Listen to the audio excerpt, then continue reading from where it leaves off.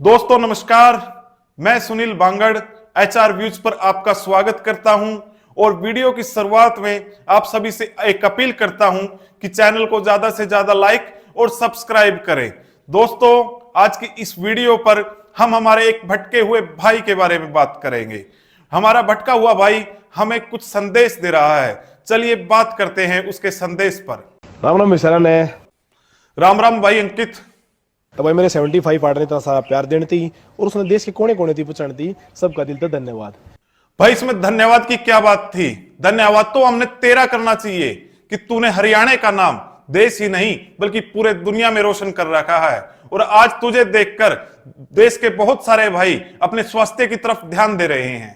आज इस वीडियो के माध्यम से मैं आप लोगों ने एक और चैलेंज देना चाहूँ और उससे पहले उस चैलेंज में मैं पूरा करके दिखाऊंगा। हाँ भाई अंकित, क्या चैलेंज है और आगे क्या करना चाहता है? पिछले 10 साल में मैंने अपने पर्सनली बहुत ज्यादा डेवलपमेंट करे हैं और उससे भी ज्यादा खुशी मैंने अपने आसपास के इलाके में और अपने देश में डेवलपमेंट की है। मैं एक ग्रामीण इलाके का हूँ, पर पिछले 10 साल में मैंने अपने गांव में बहुत ज्यादा अच्छे चेंज देखे हैं। भाई पिछले 10 सालों में आपका तो डेवलपमेंट हो गया होगा, लेकिन हरियाणा या सोनीपत का नहीं हुआ। आप सोनीपत से हो। मैं आपको हुड्डा और कांग्रेस सरकार की बता दूं। आपके सोनीपत में खानपुर में पीजीआई बनवाई, जिसमें सोनीपत ही नहीं आसपास के डिस्ट्रिक्ट के गरीब लोग भी अपना इलाज मुफ्त करवाते हैं। और वहीं मेडिकल कॉलेज से ना जाने कितने बच्चे डॉक्टर बन गए हैं। आपके सोनीपत में हुड्डा साहब ने राजीव गांधी एजुकेशन सिटी बनवाई थी, जो कि पूरे हरियाणा की पढ़ाई को वर्ल्ड क्लास तक ले जाते, लेकिन आपके चाचा खट्टर ने उसका भी भट्टा गोल कर दिया। सोनीपत में दीन बंधु सर छोटू राम के नाम से एक छोटा सा कॉलेज होता था, उसे अपग्रेड करके हुड्डा साहब ने यूनिवर्सिटी बनवाई। हुड्डा साहब ने पिछले मुख्यमंत्री से रेल के डिब्बे और इंजन बनाने की फैक्ट्री पास करवाई थी, वह भी आपके ताऊ मोदी गुजरात ले गए। सोनीपत में एशिया की सबसे बड़ी सब्जी मंडी बनवाई। भाई क्या बात, मोदी की भक्ति में बिल्कुल ही आंख बंद कर चुके हो। भाई कृपया हमें बता दे, बीजेपी के राज में आपने विकास देखा ही कहां है? चाहे वो भाई सौभाग्यवान योजना तय घर घर की बिजली आना हो। भाई ये बिजली आई कहां से? हरियाणा में तो खट्टर ने एक भी पावर प्लांट नहीं लगाया। अगर लगाया है तो आप ही बता दो।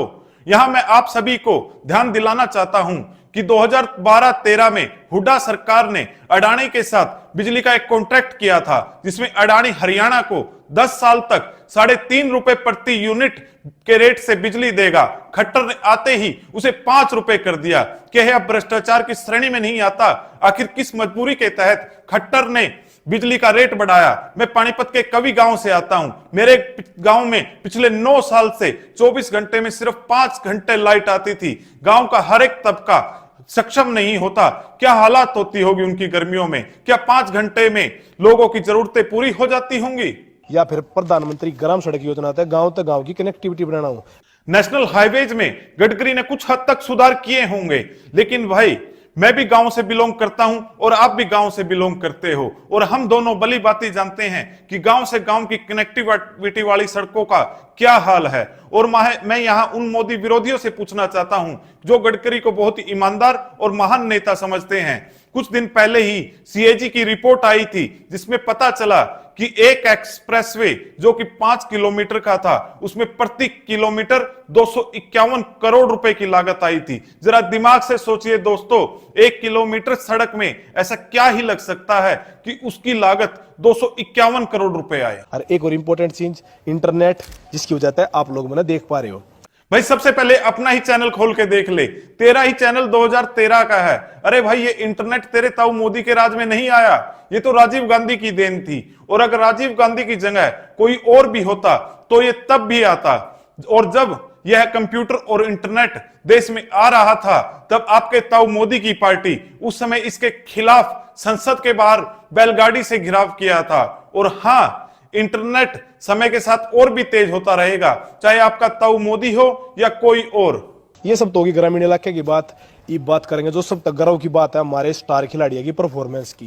भाई बहुत जल्दी भूल गया, अभी कुछ ही दिन पहले हरियाणा के पहलवानों के साथ क्या हुआ था और कैसे हमारे पहलवानों को घसीटा गया था और सोने के लिए उन्हें खाट तक भी नसीब नहीं हुई थी। भाई मैं कभी जातिवाद की बात नहीं करता, लेकिन हरियाणा में बीजेपी ने हरियाणा के लोगों में इतना जात पात का जहर घोल दिया है कि उन्हें हर जगह जातिवाद ही दिखाई देता है। कुछ मंदबुद्धि लोगों ने इस पहलवान आंदोलन को भी जातिवाद की दृष्टि से देखा था। मैं उन सभी को यह स्पष्ट कर देना चाहता हूं कि वह लड़की, जिस लड़की की वजह से यह आंदोलन खड़ा हुआ था, वह माइनर लड़की जिसके साथ बृजभूषण सिंह ने शोषण किया था, जिसकी वजह से बृजभूषण पर पोक्सो लगना चाहिए था और उसे जेल में जाना चाहिए था, वह लड़की जाट नहीं थी, बल्कि वह लड़की ओबीसी थी, जिसके पिता पर दबाव बनाकर केस वापस करवा दिया गया और जाटों ने तो उस लड़की का साथ दिया था। अब तू ही बता भाई, ऐसे माहौल में कौन बाप अपनी बेटी को बाहर खेलने के लिए भेजेगा? खेलो इंडिया और ओलंपिक टॉप्स जैसी स्कीमा की वजह से भाई जो हमारे खिलाड़ियों ने अपना टैलेंट दिखाने का मौका मिला, जिसका रिजल्ट हमने भाई अपने एशियन गेम और भाई टोक्यो ओलंपिक में देखने मिला, जिसमें हमारे खिलाड़ियों ने हिस्टोरिकल परफॉर्मेंस दी। भाई सबसे पहले तो यही बता दे, तेरे ताऊ मोदी की स्टेट में गुजरात में कितने मेडल आते हैं? और चलो आज मैं आप सभी को नीरज चोपड़ा की स्पोर्ट्स जर्नी के बारे में बता देता हूं। यह बहुत से कम लोग जानते होंगे और मैं इसलिए जानता हूं क्योंकि नीरज चोपड़ा मेरा स्कूल में जूनियर था, वह मुझसे एक क्लास पीछे था। नीरज चोपड़ा अपने स्कूल के दिनों में कुछ खास फिट नहीं था और उस समय हुड्डा साहब ने हरियाणा में जिला स्तर और ब्लॉक स्तर पर खेलों को बढ़ावा देने के लिए एक स्कैट के नाम से प्रोग्राम लॉन्च किया था, जिसके तहत जो बच्चा खेलों में अच्छा करेगा उसका मनोबल बढ़ाने के लिए, उसकी प्रतिभा को निखारने के लिए उसको कुछ मानदेय दिया जाएगा। इसीलिए पानीपत के शिवाजी स्टेडियम को बेहतर बनाया गया और वहां बहुत सारे कोच भर्ती किए गए। नीरज चोपड़ा तो वहां अपना वजन कम करने गया था और शॉटपुट खेलने गया था, वहां उसे जेवलिन का कोच मिला और कोच ने उसमें कोई प्रतिभा देखी होगी और आज नतीजा आप सभी के सामने है। हरियाणा ही नहीं, देश का यह जो नायाब हीरा मिला, वह नायाब हीरा को भी तराशने वाले हुड्डा साहब ही थे। खट्टर ने तो हरियाणा में पदक लाओ पद पाओ को नीति को खत्म करके हरियाणा के खिलाड़ियों का हौसला ही तोड़ा है। प्रधानमंत्री जी अपने देश के युवा में अपने देश का भविष्य देखे हैं, वे देश के युवा का टैलेंट पहचाने हैं और उसने सम्मान भी करे हैं। भाई प्रधानमंत्री ने आपको तो सम्मान दे दिया और आप लायक भी थे सम्मान के, लेकिन यह बेरोजगारी के आंकड़े भी युवाओं के लिए ही हैं। देश में बेरोजगारी ने 45 साल का रिकॉर्ड तोड़ दिया और जहां जहां युवाओं ने रोजगार मांगा वहीं उन्हें रोजगार की जगह लाठी मिली। देख भाई, तेरे ताऊ मोदी ने ये देश में क्या हाल कर दिया। ले मैं इस फोटो को बड़ी कर देता हूं। जिस देश से सारी दुनिया अपने लोगों को बुला रही है, वहां हमारे देश के लोग अपनी जान को हथेली पर रखकर मजदूरी करने जा रहे हैं। क्या यह सब कुछ आपको दिखाई नहीं दे रहा कि देश के युवाओं की जिंदगी का कोई मोल नहीं रहा?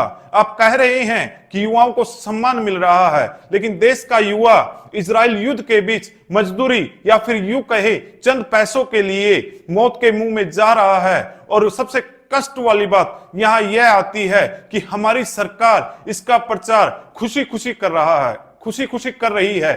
अगर आप सब भी चाहो हो कि विकसित भारत बनाने दी हमने प्रधानमंत्री मोदी जी का साथ देना होगा, तो जितने अभी फर्स्ट टाइम वोटर हैं वो अपना पहला वोट मोदी जी को दें। और भाई ये मेरा हमारे भारत के सभी युवा का एक चैलेंज है कि भाई आप मोदी जी को वोट क्यों करोगे, इस रीजन के साथ एक वीडियो बना के अपने सोशल मीडिया पर पोस्ट करो और उसमें आपने हैशटैग यूज करना है पहला वोट मोदी को। लो भाई, मैंने तो अंकित की तकरीबन बातों का जवाब दे दिया। और अंकित भाई, अगर आपके पास मेरी वीडियो आए तो आप मेरी बातों का जरूर जवाब दे, मुझे खुशी होगी। और यहां मुझे आपका चैलेंज देखकर वाकई लगा कि यह भी एक चैलेंज ही है कि एक समझदार आदमी मोदी को वोट क्यों दे, वरना मोदी को वोट न देने के हजार कारण हो सकते हैं, लेकिन वोट देने का एक भी कारण मिलना बहुत मुश्किल है। हालांकि मेरे सब्सक्राइबर बहुत ही कम हैं, आपकी दया होगी तो कभी बढ़ जाएंगे। मैं भी आपको एक हैशटैग देना चाहूंगा, गलती नहीं करेंगे दोबारा। अंत में बस इतना ही कहना चाहूंगा, अंकित भाई आपसे मुझे कोई व्यक्तिगत द्वेष नहीं है। आप हरियाणा के एक बहुत ही अच्छे स्टार हो।